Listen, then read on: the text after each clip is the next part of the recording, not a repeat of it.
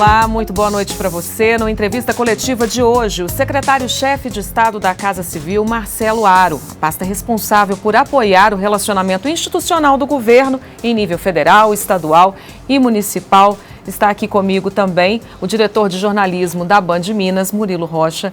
Sejam todos muito bem-vindos, né? Vamos começar aqui a nossa conversa de hoje com o Murilo, quebrar a ordem aqui, Murilo.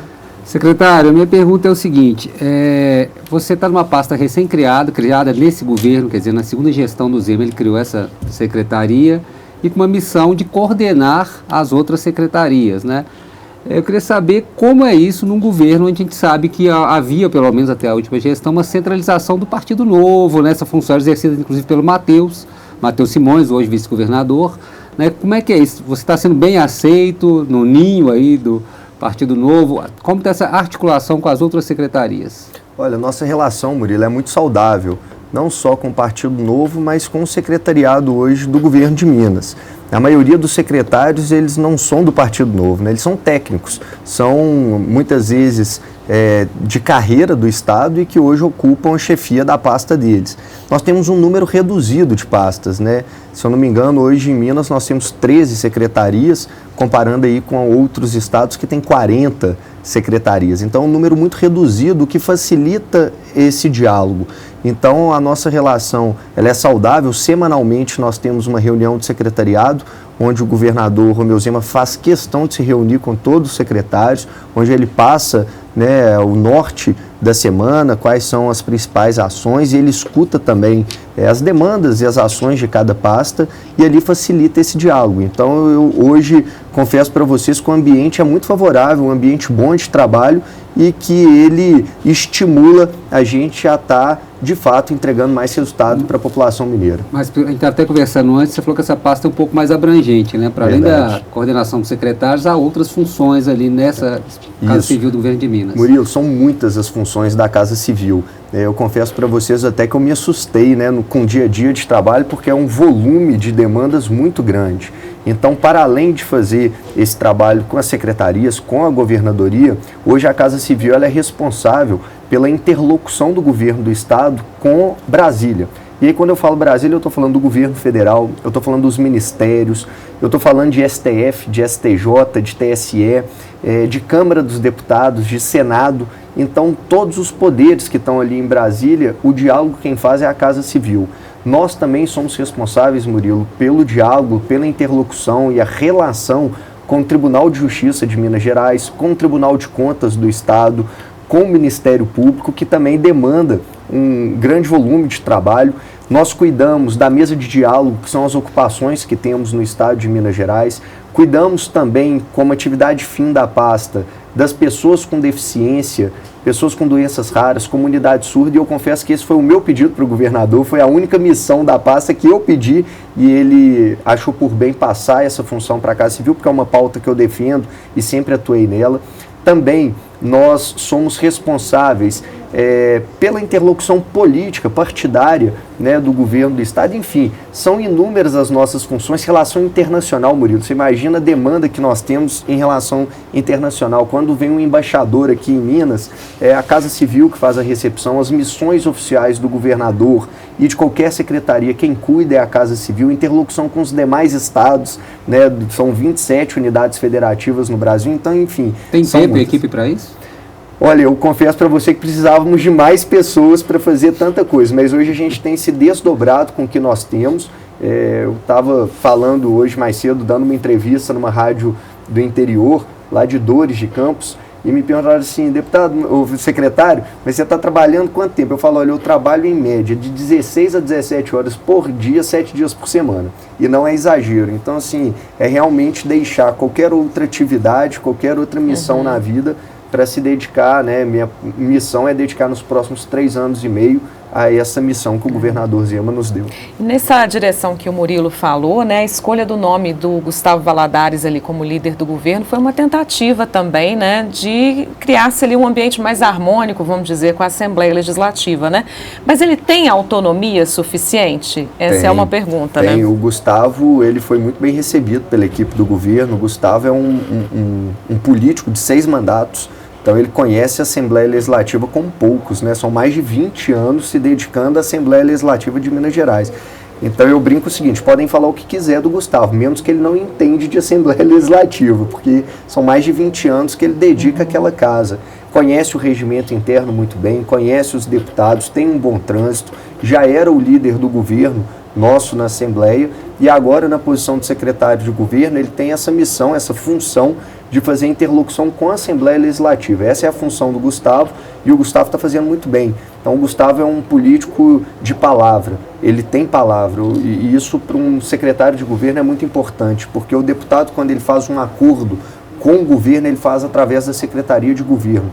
E ter alguém ali que você sabe que você pode fazer um compromisso e que vai cumprir com você, isso é muito positivo. Então, eu acredito que o Gustavo vai conseguir dar uma nova cara para o nosso governo. Pois é, mas acho que ele se perguntou, secretário, se a caneta dele vai ter tinta, porque era o problema dos outros secretários, que assim, faziam acordos com a Assembleia e depois acabavam não conseguindo honrar, porque o governo tinha outro pensamento, acaba mudando a posição.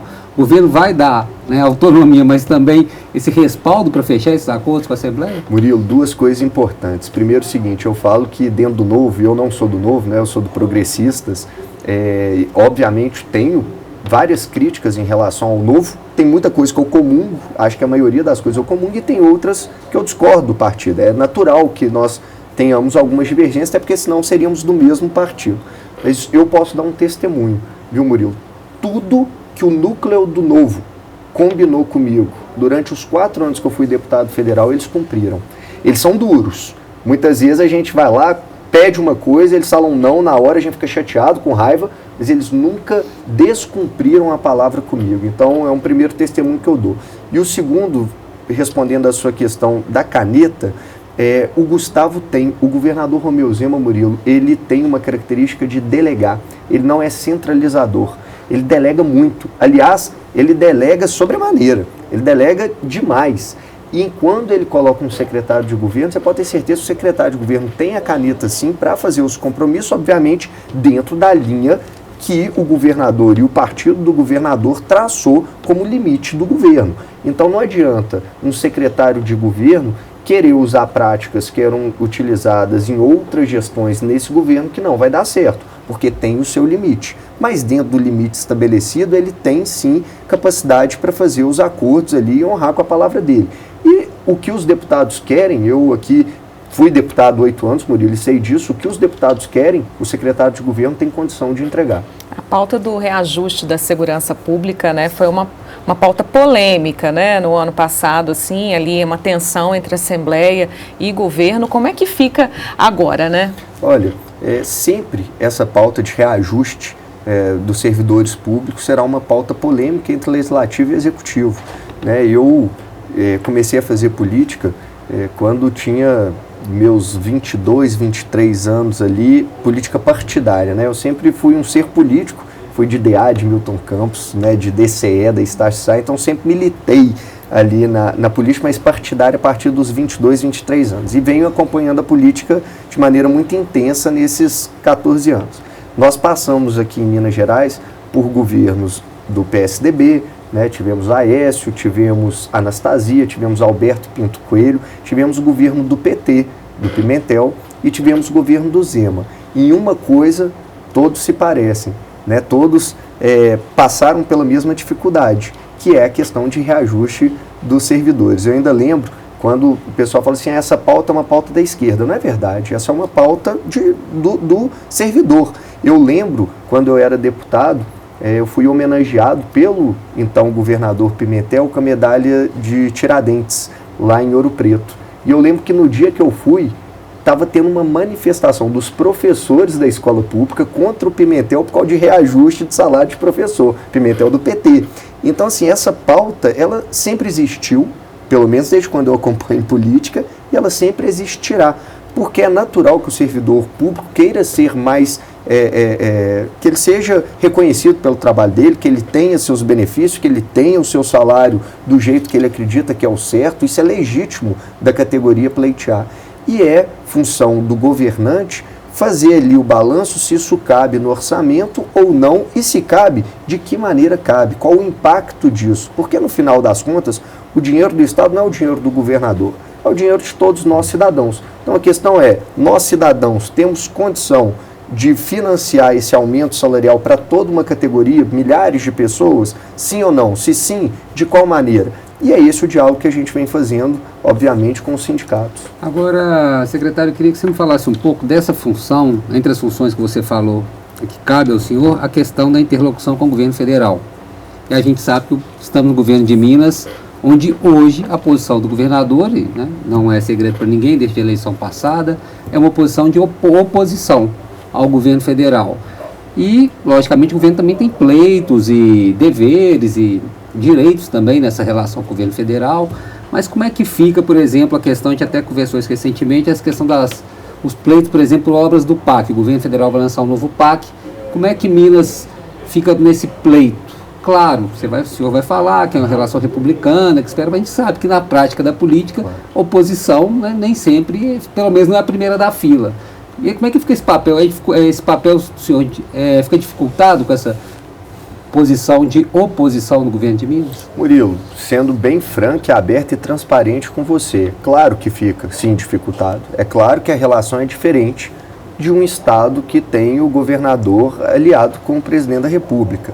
Nós somos oposição e quem define se você é situação ou oposição ou neutro são as urnas. E na urna nós nos colocamos como oposição ao governo federal. Essa é uma realidade, não adianta a gente querer mascarar. Não adianta eu querer ir para uma reunião com o Rui Costa, que é o ministro da Casa Civil do governo Lula, e tentar convencer o ministro Rui Costa que nós vamos aderir à ideologia do governo federal, do PT, que nós não vamos. Nós divergimos ideologicamente deles. Nós temos uma posição muito diferente no que tange a políticas públicas que são implementadas no nosso país.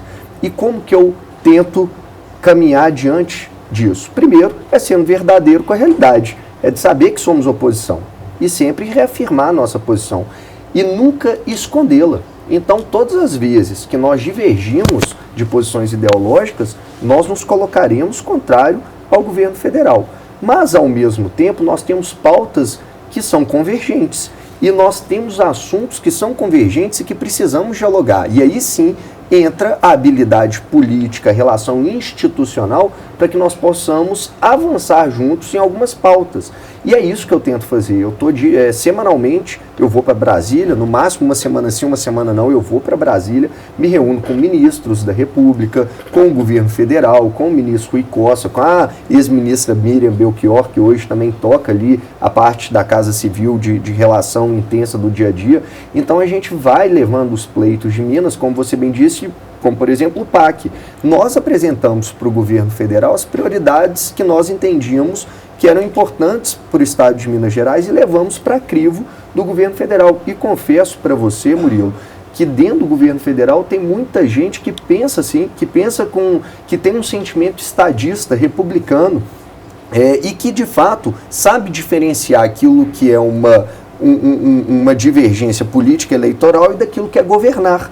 Lá tem muita gente boa. Eu confesso para vocês que nesses meses eu conversei com diversos líderes de pastas que nos trataram com todo respeito, com todo empenho, com todo carinho, e de nós vai ter o reconhecimento disso. Sempre que eles nos tratarem com esse empenho, nós vamos falar. Vou dar um exemplo para você. Nós tivemos, por exemplo, a questão da concessão do metrô, né, que nós pleiteamos, tivemos reunião com o Geraldo Alckmin, ele resolveu o problema. Imediatamente nós fomos a público e agradecemos ao vice-presidente da República, Geraldo Alckmin, que foi muito correto com Minas Gerais e com o pleito que nós levamos. Eu, por exemplo, poderia aqui falar do ministro da Comunicação, onde nós levamos demandas da Rede Minas que foram atendidas. Eu vim a público e elogiei o ministro da Comunicação. Então tem muita gente boa e vocacionada lá para fazer aquilo que é o certo. Então, é assim que a gente pretende levar a nossa relação com o governo federal. O nosso comentarista de política, Orion Teixeira, participa dessa vez à distância e ele enviou uma pergunta para a gente. Vamos ver? Boa noite a todos. Secretário, prazer. Houve algumas mudanças no governo Zema 2.0 que acredito que seja influência de sua gestão.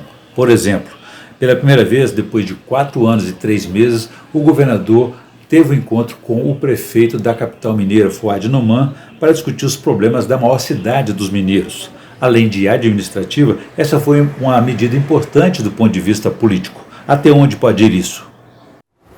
Bom, bondade sua, Orion, que isso tenha sido gestão minha, né? Eu estou ali para ajudar e todas as vezes que o governador pede um conselho para mim, eu tento aconselhá-lo naquilo que eu acho que é o melhor para o estado de Minas Gerais.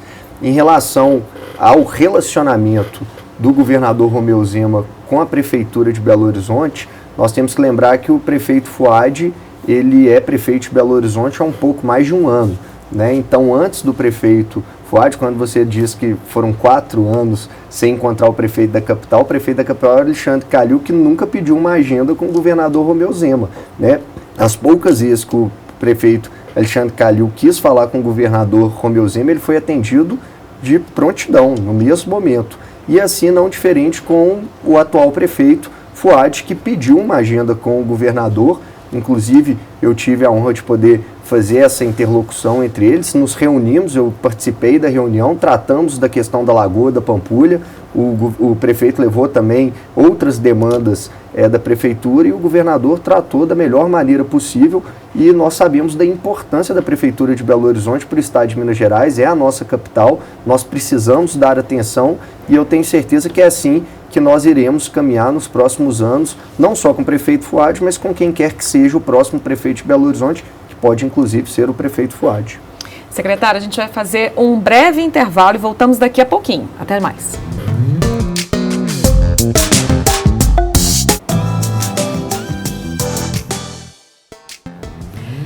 Estamos de volta com entrevista coletiva, hoje com o secretário-chefe de Estado da Casa Civil, Marcelo Aro, e a gente já volta com uma nova pergunta do Orion Teixeira. Tá. O governo terá grandes desafios nesse segundo semestre na área política, com o avanço aí na adesão ao regime de recuperação fiscal e na batalha das privatizações. Será fácil vender patrimônio público? Em relação aos funcionários públicos, o governo pretende fazer uma reforma administrativa para extinguir benefícios como o quinquênio, por exemplo? Bom, Orion, em primeiro lugar, vamos falar aqui do RRF, né, que é o Regime de Recuperação Fiscal, e acho que é um excelente debate nós termos aqui sobre esse assunto. E se me permite, Elisângela, só para explicar para quem está nos assistindo de maneira mais fácil, porque às vezes a gente fala RRF e a pessoa em casa não compreende aquilo que nós estamos falando. Gente, o RRF nada mais é do que um plano para que o governo do estado pague à União aquilo que ela deve para a União. Então é a mesma coisa aí, a grosso modo, né, fazendo aqui uma metáfora, daquele cidadão que recebe R$3.000 por mês para viver, só que todo mês ele gasta R$4.000. Então todo mês falta R$1.000, ele vai lá no banco e pega um empréstimo de R$1.000. E ele vai fazendo dívida após dívida, mês após mês, ele vai aumentando a sua dívida. Chega uma hora que essa dívida ela se torna impagável, ele não consegue pagar aquela dívida à vista. E o que resta àquele cidadão? Ele ir no banco e negociar o pagamento dessa dívida. Ele fala para o banco o seguinte: olha, banco, eu recebo R$3.000 por mês, eu não tenho condição de pagar isso à vista, mas eu aqui me comprometo com você a deixar de gastar com aquilo que é supérfluo, né? Eu não vou gastar com viagem de final de ano para a praia, eu não vou gastar com festas no final de semana, eu vou gastar aqui pagando a conta de água, luz, que eu não tenho como deixar de pagar, comida que eu preciso comprar na minha casa, mas todo mês vai sobrar um pouco, e esse pouco sobrar eu vou estar te pagando aí até terminar de quitar a dívida com você ao longo dos próximos anos. E o banco vira e fala: ok, eu vou fazer esse acordo com você. É isso que é o RRF. É o Estado negociando com a União como que ela vai pagar essa dívida que hoje, Elisângela, gira em torno de R$140 bilhões. É muito dinheiro, né? Lembrando que o governador Romeu Zema, ele não foi responsável por nenhum centavo dessa dívida. Ele não fez empréstimo nenhum, né, com o governo federal. Ele não é responsável por essa dívida no sentido de ter feito a dívida. Ele é responsável por ser governador, né, herdou essa dívida e agora terá que pagá-la. E é isso que nós vamos fazer. Então nós estamos dialogando com o STN, que é a Secretaria de Tesouro Nacional. Inclusive, essa semana, e acho que isso, para quem está nos assistindo, é uma informação nova, essa semana o STN fez um gesto, mostrou uma possibilidade de aprimorar o RRF. É claro que ainda depende de autorização legislativa, então depende do Congresso, mas a gente sabe que quando há um empenho do governo federal, a tendência é a aprovação no Congresso Nacional. E que Minas Gerais viu com muito bons olhos. Está aqui, Murilo, mais um elogio que eu posso fazer ao governo federal. Nós tivemos reunião com o ministro Haddad, fui eu, o governador Zema, e o secretário da Fazenda, Gustavo Barbosa, com outros governadores, outros secretários, e o nosso secretário, Gustavo Barbosa, por exemplo, colocou uma questão para o Haddad lá, que ele falou assim: ministro, o governo federal ele tem que focar no resultado fiscal, ou seja, terminou o ano, o governo teve superávit ou não? Né, ele gastou menos do que ele recebeu? Se sim, tá bom, ele vai pagar o governo federal, em vez do governo federal ficar entrando na microgestão do Estado. Está colocando muitas condicionantes. Muitas condicionantes, e o que importa para o governo federal é se você está gastando menos do que você está recebendo. E o Haddad escutou, falou: secretário, você tem razão. E agora, essa semana, no novo aprimoramento, na proposta que será enviada ao Congresso, o ministro Haddad acolheu uma sugestão de Minas Gerais, outra sugestão que não foi de Minas, foi de outro estado, mas pediu para dilatar o prazo de 9 anos para 12 anos, que vai fazendo a crescente de pagamento. Né? Você começa pagando 8%, 9%, depois você vai aumentando esse pagamento ao longo dos anos. Em vez de ser só 9 anos, dilatou para 12 anos. Isso dá uma folga fiscal maior, você respira mais, você tem um fluxo de caixa maior. E o ministro Haddad também aceitou. Então, vejam bem, nós somos oposição, fizemos uma sugestão e o governo federal acatou, porque sabe que não adianta você dar um remédio que vai matar o paciente. E é isso que nós estamos buscando com o RRF, então estamos prestes, né, a fazer essa adesão, precisamos da autorização legislativa, que foi o que o Orion falou. E aí, Orion, me desculpa que eu estendi na questão do RRF, mas tanto o RRF quanto as privatizações a gente precisa, obviamente, do aval da Assembleia Legislativa, e nós vamos trabalhar para convencer cada um dos deputados, reunir com cada um dos deputados. Essa é uma função não da minha pasta, é da Secretaria de Governo, mas junto com o Gustavo Valadares, eu também vou me reunir com os deputados para mostrar a importância disso para o Estado de Minas Gerais. Secretário, só aproveitando essa questão ainda do regime de recuperação fiscal, né? A gente está tentando negociações, como o senhor disse. O governo errou ao não ter tentado, por exemplo, né, proposto o encontro de contas, já que o governo federal também devia ao Estado, né, a questão da Lei Candir? Olha, nós temos aí inúmeras propostas para que nós possamos reduzir essa dívida, mas todas elas dependem de autorização legislativa, então não é algo simples, é complexo, depende do Congresso Nacional. O fato é, nós temos uma dívida grande de 140 bilhões e ela precisa ser paga, e vamos dialogar isso com a União, e é o que nós estamos fazendo. Então a gente coloca, olha, o que a gente tem que pagar, o que vocês teriam que nos pagar, vamos fazer um encontro de contas aqui, é essa negociação com o STN que nós estamos travando. Mas não tenha dúvida que a nossa dívida é infinitamente maior do que aquilo que, porventura, a União ainda deve ao nosso Estado. Secretário, saindo um pouco desse campo administrativo, indo para o campo político-eleitoral, uma pergunta bem direta. O governador Romeu Zema é pré-candidato à presidência de 2026? Murilo, se depender de mim, sim. Eu gostaria muito que o governador Romeu Zema fosse candidato a presidente da República. Mas confesso para vocês que todas as vezes que eu tentei evoluir neste assunto com o governador Romeu Zema, a resposta dele sempre foi direta. Ele fala assim para mim: Marcelo, nós precisamos fazer Minas dar certo. Não tem futuro se nós não fizermos um bom presente. Vamos focar em Minas Gerais e vamos fazer esse governo ser, esse segundo mandato, ser um mandato histórico para Minas Gerais e mudar a vida das pessoas. Então o governador Romeu Zema, ele está focado e pede para que seu secretariado todo foque na evolução, no desenvolvimento do nosso Estado. Eu acredito, Murilo, que se Minas Gerais der certo, é natural que um bom governador de Minas se coloque como candidato a presidente da República. Para mim, o governador Romeu Zema, ele é o orgulho dos mineiros e ele é a esperança do Brasil. E acredito sim que ele possa vir ser candidato a presidente da República, mas obviamente essa conversa é uma conversa para daqui a 3 anos. Né? Nós não podemos cometer o erro de antecipar uma disputa eleitoral, né? Estamos em 2023, eleições em 2026, seria um erro gigantesco da nossa parte ou de quem quer que seja que antecipe a eleição 3 anos antes. Isso não pode acontecer, porque senão desvia o foco. O nosso foco é Minas dar certo, mas tenho dentro de mim que se Minas der certo, é natural que o governador Romeu Zema possa vir ser uma possibilidade para o pleito de 2026. Mas quando também a gente pergunta para ele de maneira mais objetiva, governador, mas o senhor não vai se colocar tem o governo federal que pode ir para uma reeleição, o Lula pode ir para uma reeleição. O senhor vai deixar ele falar assim, Marcelo, eu não vou estar do lado do Lula não, eu vou estar do outro lado, mas eu prefiro apoiar alguém do que ser candidato. Então a intenção pessoal dele era de ter alguém para apoiar. Eu não sei se terá alguém mais viável que o Zema em 2026 no campo da centro-direita e direita. Eu acho que ele será o nome mais viável, na minha opinião. Mas, obviamente, isso vai se concretizar ao longo dos próximos anos e aí nós vamos saber se, de fato, ele é um candidato viável ou não para 2026. Temos tempo para uma perguntinha final curtinha, Murilo. Saber um pouco do futuro político do senhor. O senhor, vereador, deputado federal, promissor, se sacrificou, entre aspas, aqui nessa candidatura ao Senado. Agora está como secretário. Enfim, sonha em voltar para o Legislativo, gostou do Executivo, mas qual é o futuro político? Ô Murilo, eu tô apaixonado com o Poder Executivo. Embora eu estou trabalhando, que eu nunca trabalhei na minha vida, não que eu trabalhasse pouco, mas agora é um volume muito maior de demandas, mas eu estou realizado, porque é muito diferente. O Poder Legislativo, você é um fiscalizador e você propõe leis.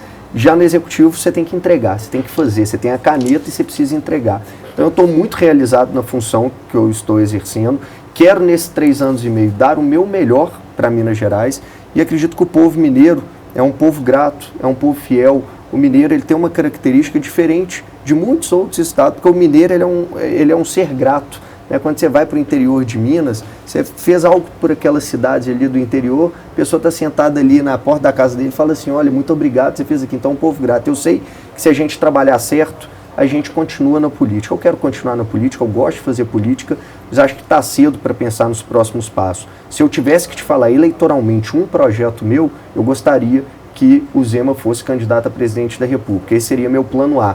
Né? E, a partir disso, discutir o plano B, o plano C, e eu tenho certeza que mais para frente nós vamos ter tempo para isso. É isso. Secretário, muito obrigada pela participação. Murilo, obrigada. Boa noite para vocês. Para você de casa também, uma ótima noite. O Entrevista Coletiva de hoje fica por aqui. Eu te espero no próximo sábado. Até lá.